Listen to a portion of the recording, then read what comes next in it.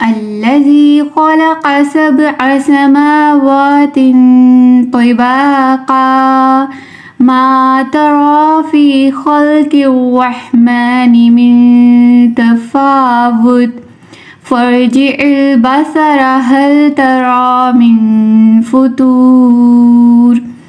یہ سورہ ملک کی آیت نمبر 3 ہے۔ اس کی اردو ٹرانسلیشن کچھ اس طرح سے ہے، جس نے 7 آسمان بنائے تہ در تہ، تو اللہ تعالیٰ کی تخلیق میں کوئی نقص نہ دیکھے گا، نگاہ لوٹا کر دیکھ، کیا تو کوئی شگاف دیکھتا ہے؟ اس میں سب سے پہلے ہم کچھ ورڈز کی ایکسپلینیشن دیکھ لیتے ہیں۔ سب سے پہلا ورڈ ہے الرحمن۔ قرآن پاک میں اگر اللہ کی جگہ کوئی سبسٹیٹیوٹ، کوئی آلٹرنیٹیو یوز ہوا ہے تو الرحمن نام ہی ہے، جس کا مطلب ہے بہت مہربان، the ultimate merciful, the exceedingly merciful. Next word ہے تفاوت۔ اس کا مطلب ہوتا ہے جب دو چیزیں آپس میں ڈفرینٹ ہوں کوالٹی میں، ایک چیز اچھی ہو اور ایک چیز بری ہو۔ نیکسٹ ورڈ ہے فطور۔ فطور کا میننگ ہوتا ہے کریک، دراڑ۔ جب بھی گھر کی دیواروں میں ایک سیدھی سی لائن، ایک شگاف سا پڑا ہوتا ہے، ایک دراڑ سی پڑی ہوئی ہوتی ہے جو اوپر سے نیچے ورٹیکلی آ رہی ہوتی ہے، اس کو عربی میں فطور کہا جاتا ہے۔ اللہ تعالیٰ نے آسمانوں کو تہ در تہ پیدا کیا۔ کتنی تہیں، کتنی لیئرز ہیں آسمانوں کی؟ 7۔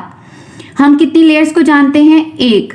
اس تک بھی ہماری جتنی بھی ٹیلیسکوپس ہیں، صرف فرسٹ آسمان جو لوئسٹ آسمان ہے، جس کو دنیا کا آسمان کہا جاتا ہے، دا لوئسٹ گریڈ آف اسکائی، ہماری پہنچ صرف وہاں تک ہے۔ صرف وہاں کے سٹارز اور گلیکسیز کو ہم دیکھ سکتے ہیں۔ اس سے اوپر کے جو 6 آسمان ہیں ان کو ابھی تک ہم ایکسپلور نہیں کر سکے۔ آیت 2 میں ہمیں بتایا گیا تھا کہ ہماری زندگی کا مقصد، جو ہمیں زندگی دی گئی ہے، ہماری کریشن کا پرپس جو ہے وہ یہ ہے کہ ہم احسن اعمال کریں، لیبلوکم ایکم احسن عملا۔ اور اس کے فوراً بعد یہ آیت آئی ہے جس میں اللہ تعالیٰ نے بتایا ہے کہ اسے 7 آسمان تہ در تہ بنائے ہیں اور پرفیکشن سے بنائے ہیں۔ آپ اپنی نگاہ اس آسمان کی طرف ڈال کر دیکھو، آپ کو اس میں کوئی بھی کریک تک بھی نظر نہیں آئے گا، کوئی نقص، کوئی خرابی نظر نہیں آئے گی۔ اللہ کی ذات اتنی پرفیکٹ ہے، وہ مصور ہے، اس نے ہر چیز کو اتنی خوبصورتی اور اتنی پرفیکشن سے ڈیزائن اور کریٹ کیا ہے کہ آپ اس میں سے کوئی بھی فالٹ نہیں ڈھونڈ سکتے۔ آج تک کبھی ہم نے کسی سائنٹسٹ سے یہ سنا ہے کہ نیچر میں یہ پرابلم ہے، آسمان کو اس طرح سے ڈیزائن نہ کیا گیا ہوتا، تھوڑا سا اس طرح سے ڈیزائن کر لیا گیا ہوتا تو ٹھیک تھا، آسمان کے اوپر سٹارز اس طرح سے نہ ہوتے، تھوڑے ارینجمنٹ کے ساتھ ہوتے، یہ بھی نہیں کبھی سنا، کیونکہ آسمان کے اوپر سٹارز جس طرح سے پھیلے ہوئے ہیں ان کی خوبصورتی اسی طرح ہی ہے، وہ اسی طرح سے ہی ہمیں پیارے لگتے ہیں۔ فرض کریں اگر آسمان میں ستارے نہ ہوتے تو ہمیں وہ بھی آسمان ہمیں اپنی طرف اٹریکٹ نہ کرتا۔ تو اللہ تعالیٰ نے ہر چیز کو پرفیکشن سے پیدا کیا ہے، اور اللہ تعالیٰ ہمیں چیلنج کر رہے ہیں کہ دیکھو، غور کرو، آبزرو کرو، میری کریشن کو غور سے دیکھو، فالٹ ڈھونڈنے کی کوشش کرو تو صحیح، کوئی فالٹ ڈھونڈنے کی کوشش، دیکھو تو صحیح میں ان چیزوں کو کیسا بنایا ہے۔ اور صرف آسمان کی ہی نہیں، آپ اللہ تعالیٰ کی جس چیز کو بھی دیکھیں وہ پرفیکشن کے ساتھ بنی ہوئی ہے، آپ اس میں چیلنج نہیں کر سکتے، قدرت کو آپ چیلنج نہیں کر سکتے کہ یہ نظام ایسا نہیں، ایسا ہونا چاہیے تھا۔ اس آیت سے آپ یہ میسج ضرور لیں کہ ہم دنیا اور دین کی ایجوکیشن کو الگ الگ نہیں کر سکتے۔ ہم دین کی ایجوکیشن اور دنیا کی ایجوکیشن کے درمیان وال آف چائنا نہیں کھڑی کر سکتے۔ دین کی ایجوکیشن اور دنیا کی ایجوکیشن الگ الگ چیزیں نہیں تھیں، ان کو ہم نے الگ کر دیا ہے۔ جب اللہ تعالیٰ خود قرآن پاک میں کہہ رہے ہیں کہ میری چیزوں پہ غور کرو، میری کریشن پہ غور کرو، میری قدرت کا جائزہ لو، اس میں سے فالٹ ڈھونڈنے کی کوشش کرو، اس کو سمجھو کہ وہ کیسی ہے، تو ہم کیسے کہہ سکتے ہیں کہ سائنس کی تعلیم دین کی تعلیم سے ڈیفرنٹ ہے؟ نو، ناٹ ایٹ آل۔ ہم نے قرآن پاک کو اور جس کو ہم نے دنیا کی تعلیم کہہ دیا ہے، سائنس ایٹسٹرا، ان دونوں چیزوں کو اکٹھا لے کے چلنا ہے، ان کو اکٹھا مینیج کرنا ہے۔ مدرسے اور اسکول الگ الگ نہیں ہونے چاہیے۔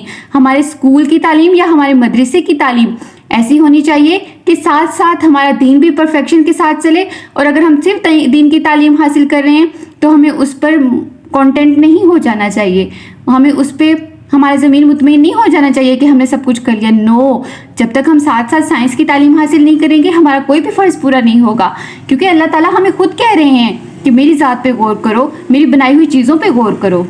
سورہ ملک کی ابھی تک کی 3 آیات میں ہمیں یہ تو پتہ چل گیا کہ ہم نے اسے روز رات کو کیوں پڑھنا ہے، کیونکہ ایک تو اس میں اللہ تعالیٰ ہمیں ہماری زندگی کا مفہوم بتا دیتے ہیں کہ ہم نے احسن اعمال کرنے ہیں، ہماری زندگی کا مقصد صرف احسن اعمال کرنا ہے جن کی لسٹ ہمیں قرآن پاک میں مل جائے گی۔